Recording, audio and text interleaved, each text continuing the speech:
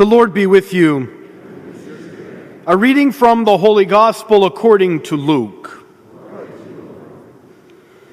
Tax collectors and sinners were all drawing near to listen to Jesus, but the Pharisees and scribes began to complain, saying, "This man welcomes sinners and eats with them."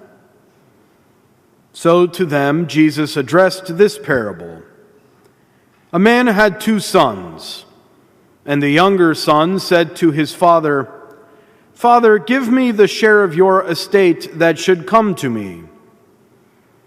So the father divided the property between them. After a few days, the younger son collected all his belongings and set off to a distant country where he squandered his inheritance on a life of dissipation.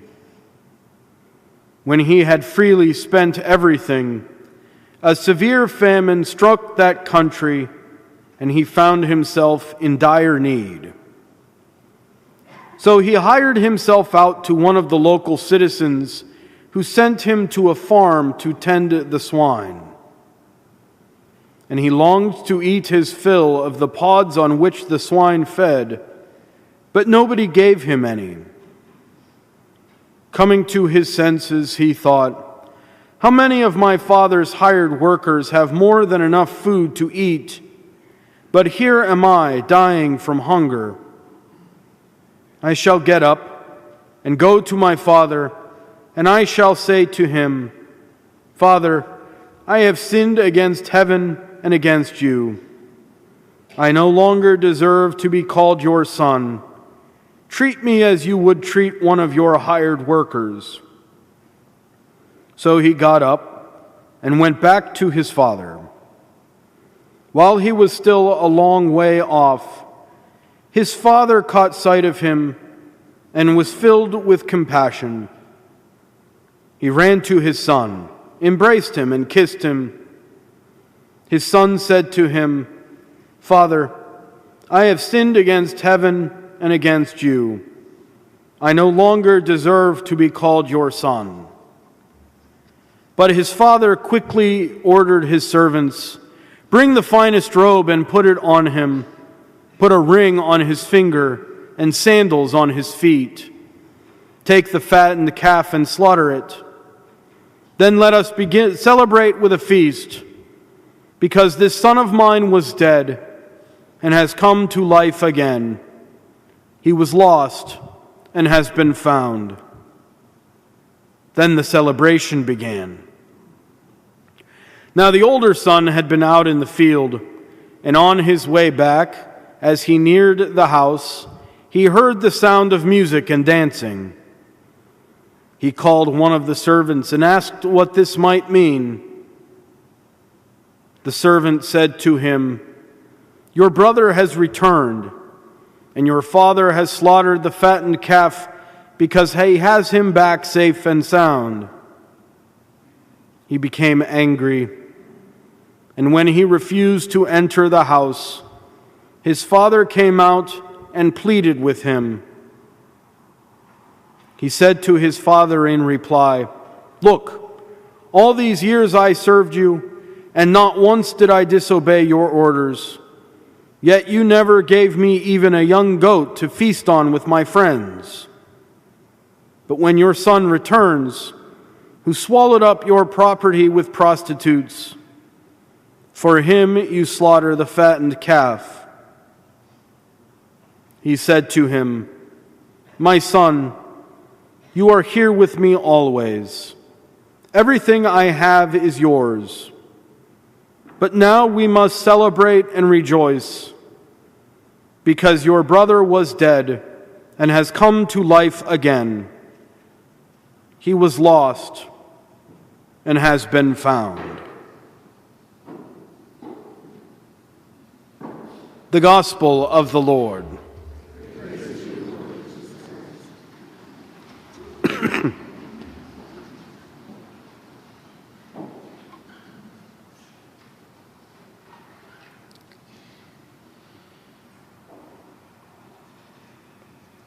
I don't know about you,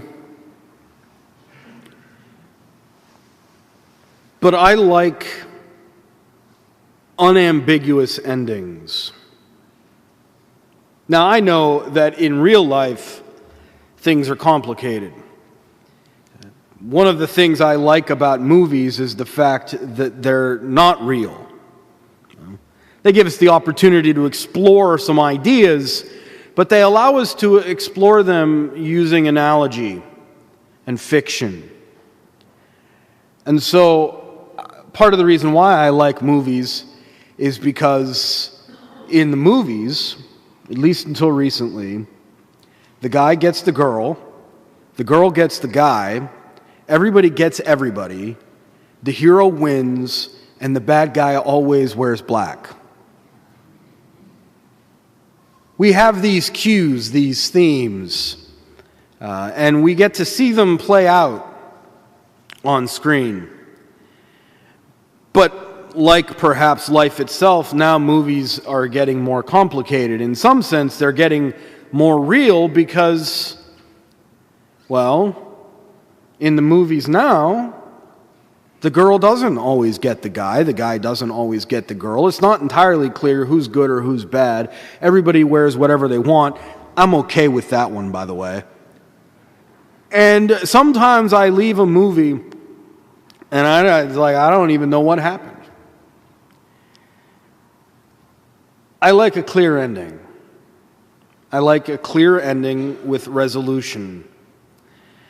And so when I read this parable, one of the more famous parables of Scripture, I find myself frustrated because the ending is not written. It would only take one or two more sentences. And then the older son entered the house, and they all lived happily ever after. The end. Okay. Or, if you're not into happy endings, the older son was angry and refused to enter the house. The end. We don't know what happened. We don't know what's happening. And I find that frustrating because this parable remains ambiguous. It's not entirely clear to me that the younger son actually came to his senses. It's not clear to me that he actually understood what happened. I'm not sure he was actually interested in authentic reconciliation. And I say that because I wonder what would have happened if he had not been desperate. I wonder what would have happened if famine had not struck. It's possible that this young man would have come to his senses anyway.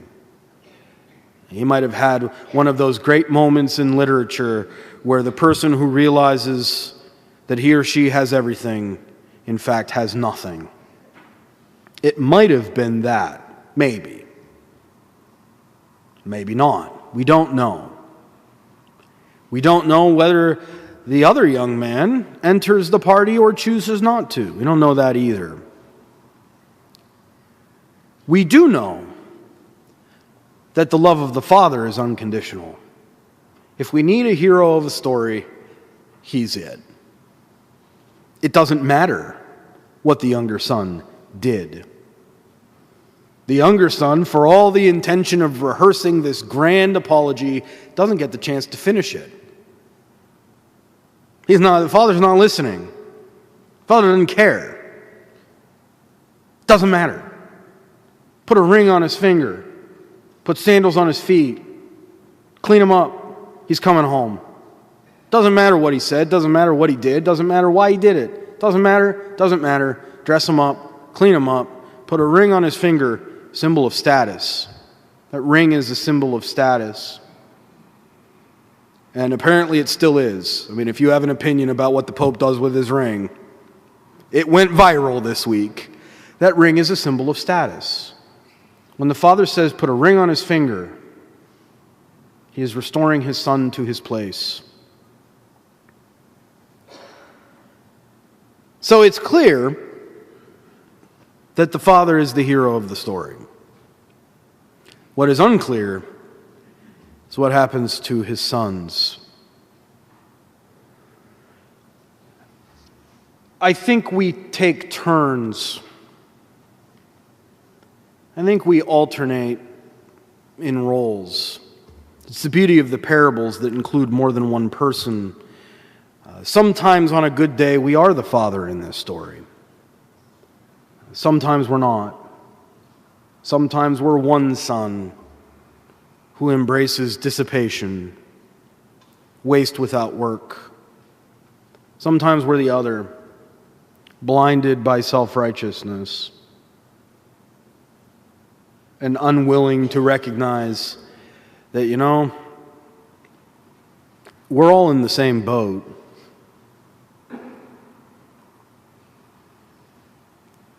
And I suppose that's the beauty of ambiguity. We can interpret this in any way that seems graceful, that seems useful. And we can interpret it again and again. We can go back and read it and find that maybe I've changed. Maybe I used to be this person and now I'm that person. Or maybe we can look at it and say, most of the time I think I'm like this, but over here, oh buddy, that's where my righteousness acts out. That's the gift of ambiguity, that it's not always clear where we are in the story. I hope we can be clear on this much, though. Whatever endeavors we make, however we identify ourselves in the story, one son, the other son, maybe a mix of both. Maybe the servants who are just looking on, wondering what's happening. Regardless of all of it, wherever we place ourselves in the story, I hope we are clear that the Father, our Father, is the hero.